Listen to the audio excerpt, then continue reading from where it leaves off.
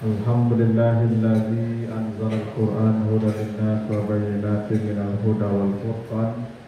Asyhadu an la ilaha illallah wahdahu la syarika lah wa asyhadu anna Muhammadan abduhu wa rasuluhu la nabiyya ba'dah.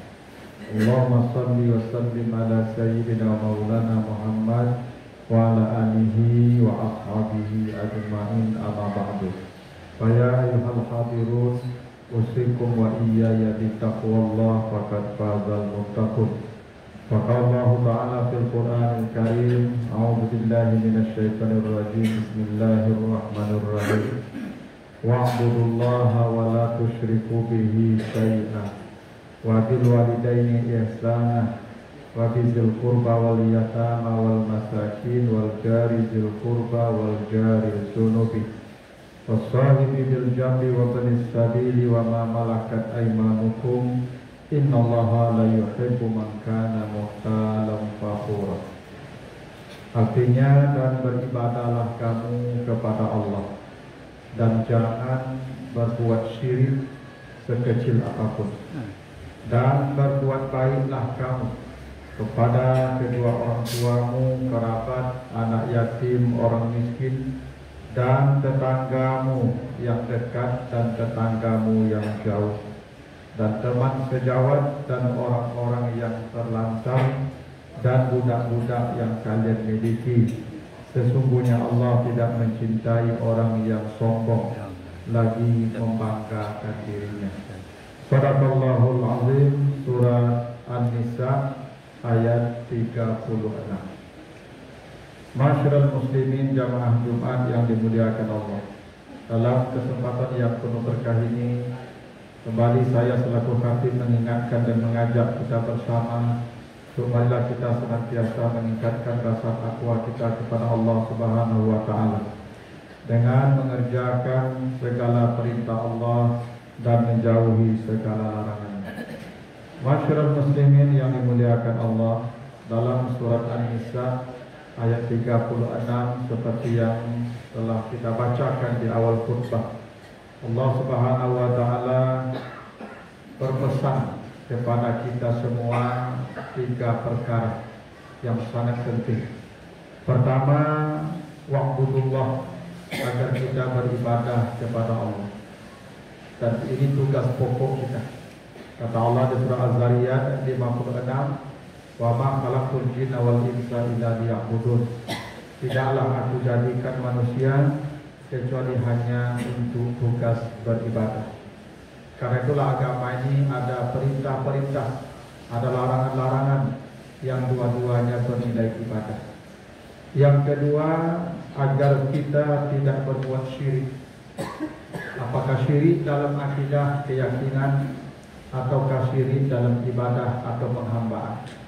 Dan syirik ini dosa besar yang kata Allah di surah Az-Zumar ayat 65, lain asyrakta la yahbatanna amaluka.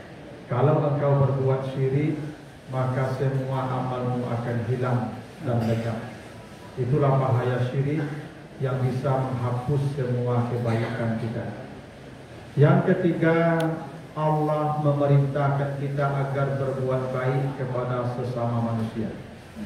Nah, salah satu pihak yang Allah perintahkan kita berbuat baik kepadanya adalah al-jari zil kurba wal jari junub, agar kita semua berbuat baik kepada tetangga kita. Apakah tetangga kita yang dekat ataupun tetangga kita yang jauh.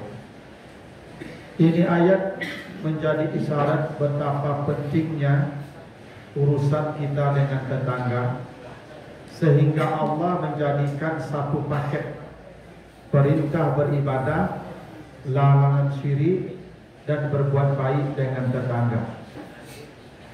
Ketiga perkara ini Allah sebutkan satu ayat. Ini menjadi isyarat bahwa perkara tetangga ini masalah yang serius, yang kalau manusia tidak baik dengan tetangganya, maka percuma semua ibadahnya. Sebanyak apapun ibadah seseorang kepada Allah, maka ibadahnya tidak akan bernilai kalau dia tidak baik dengan tetangganya. Sebaliknya bila dia menyakiti tetangganya, apakah fisik ataukah psikisnya, maka dia telah berbuat dosa besar seperti syirik yang menghapus semua amal kebaikannya. Karena itulah para hadirin, kalau kita baca ayat-ayat yang berhubungan dengan perkara tetangga, selalu Nabi kaitkan dengan iman dengan Allah dan iman dengan hari yang akhir. Misalnya dalam hadis Bukhari dari Abi Hurairah, kata Nabi, "Man kana yu'minu billahi wa bil yaumil akhir falyukrim jara, wa man kana yu'minu billahi wa bil yaumil akhir falyuhsin ila jari, man kana yu'minu billahi wa bil yaumil akhir fala yu'zi jara."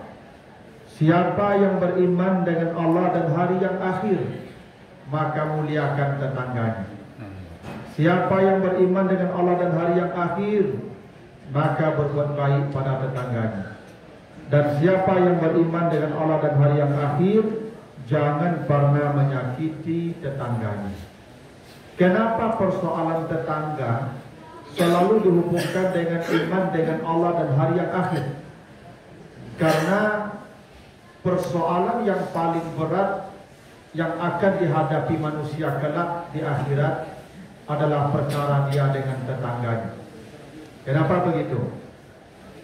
Kita dengan saudara mungkin ketemunya sekali setahun atau sekali 6 bulan. Kita dengan kawan mungkin bertemunya sekali seminggu atau sekali sebulan. Tapi dengan tetangga kita setiap hari bertemu 24 jam, bertahun-tahun lamanya. Itu artinya persoalan dengan tetangga pasti akan lebih banyak dibandingkan persoalan kita dengan kawan atau dengan saudara. Wajar persoalan yang paling berat yang akan dihadapi manusia kelak di akhirat adalah persoalan dia dengan tetangganya. Karena itu kata Nabi, kalau engkau beriman dengan Allah dan hari yang akhir, jangan pernah menyakiti tetanggamu. Ini penting karena banyak orang yang tidak sensitif dengan persoalan tetangga. Banyak orang yang tidak punya perasaan bahwa dia telah menyakiti tetangganya, dia seperti merasa tidak bersalah. Banyak, misalnya para hadirin, kalau membuat tong sampah, maka tolong dibikin tong sampah di depan rumah kita masing-masing. Jangan tong sampah itu dibikin di dekat rumah kawan, rumah tetangga. Apalagi tong sampah tidak ditutup pula, nanti ditarik kucing, ditarik hewan ke sebelah. Tetangga kita itu sakit, tapi dia diam bukan setuju, karena dia malas ribut dengan kita. Padahal kita telah menyakiti dia, sampah kita menyakiti dia. Jangan para hadirin sampahnya itu digantung saja, dibikin tiang lalu sampahnya digantung saja di tiang itu. Tolong yang di belakang jangan bicara ketika kaki berkumpul.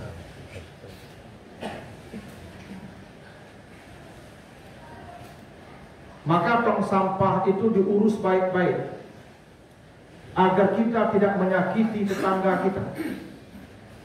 Kadang sampahnya tidak ditarik binatang, tapi kalau digantung seperti itu nanti aromanya, lalapnya ke rumah tetangga. Itu juga bahagian dari menyakiti tetangga. Tolong urus sampah kita masing-masing. Para hadirin, jangan pernah membakar sampah di depan rumah. Kenapa? Karena asapnya akan datang ke rumah tetangga kita.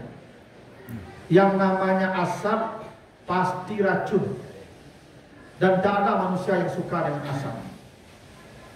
Kumpulkan sampah kita, masukkan ke dalam karung, ke dalam kantong, lalu berikan ke tukang pungut sampah.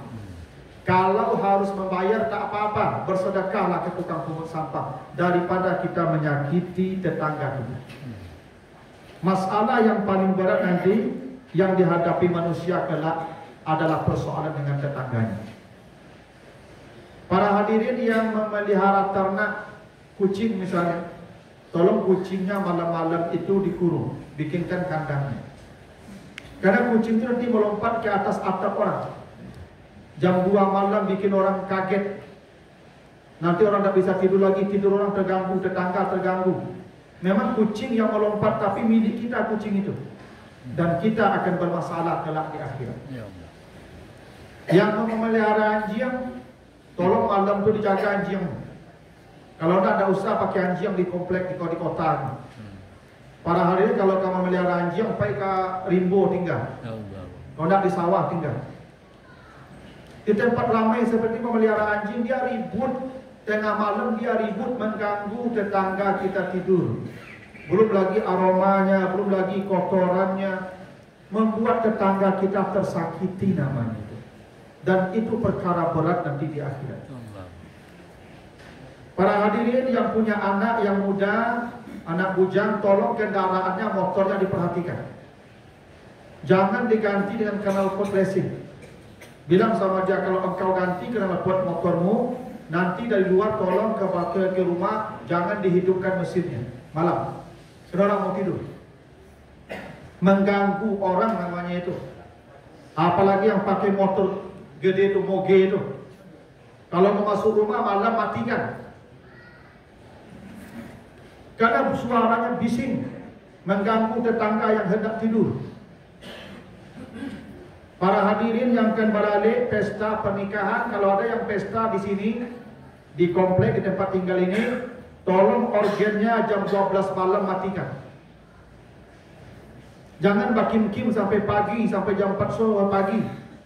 Orang mau tidur, mau istirahat, orang bekerja dari pagi belum istirahat.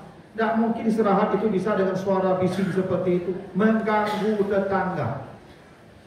Kalau ingin juga bermusik-musik, itu pesta lah di hotel, sewa gedung di sana.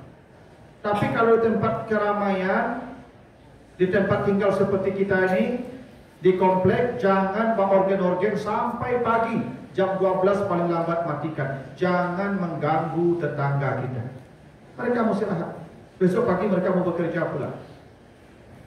Kalau ada yang menanam tanaman di depan rumah, tolong tanya ke tetangga, tanaman saya mengganggu enggak? Kadang sampahnya, kadang menghambat laju jalan. Tolong diperhatikan baik-baik. Itu perkara yang paling berat yang dihadapi manusia kelak di akhirat. Orang yang menyakiti tetangganya. Karena itu para hadirin, hidup bertetangga itu perlu perasaan yang halus, perlu perasaan yang tipis. Jangan tabah rasuh. Rasakan ini orang terganggu enggak dengan saya. Dalam hadis dari Abu Hurairah, hadis Bukhari Muslim, wallahi la yu'min, wallahi la yu'min, wallahi la yu'min. Nabi bersumpah, demi Allah ini orang tidak beriman. 3 kali Nabi bersumpah. Nabi tidak bersumpah kecuali perkara itu perkara yang sangat berat dan serius. Sahabat bertanya, siapa yang kau maksud yang tidak beriman ya Rasulullah? Kata Nabi, man lam ya'man jaruhu bawaikahu. Orang yang tidak aman tetangganya dari dirinya. Kalau ada orang tidak aman tetangganya dari dirinya, maka demi Allah orang pun tidak beriman. Kalau dia tak beriman, semua amalnya tidak ada gunanya. Karena amal ibadah itu baru dicatat, dihitung, dikasih balasan kalau dia beriman. Man amila salihan min zakarin aw unsa wa huwa mu'minun falanuhyiyannahu hayatan thayyibah. Kalau dia tidak beriman, maka sia-sialah semua amal saleh.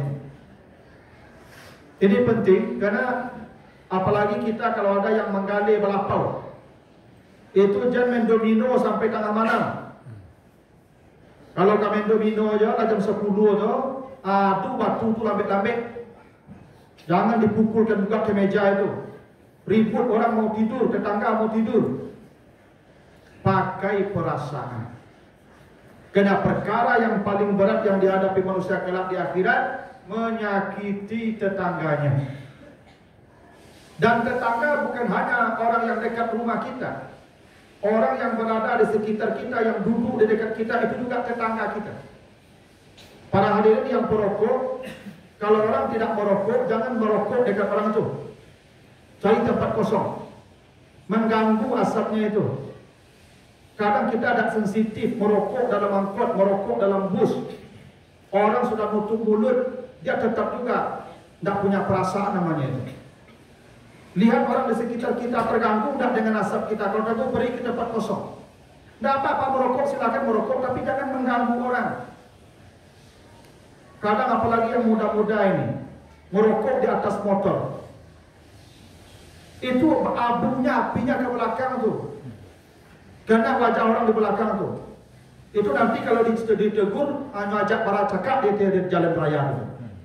Pakai perasaan. Kira-kira kalau ini yang saya perbuat mengganggu orang enggak? Kalau mengganggu, stop atau menyingkir kita. Supaya apa? Supaya selamat kita di akhirat. Tidak ada yang selamat kalau hidup kita mengganggu orang. Dipastikan itu. Tidak akan pernah selamat orang yang tidak aman orang lain dari dirinya. Maka kalau hidup bersama, tolong pakai perasaan yang halus. Fa'tabiru ya ulil absar la'allakum turhamun.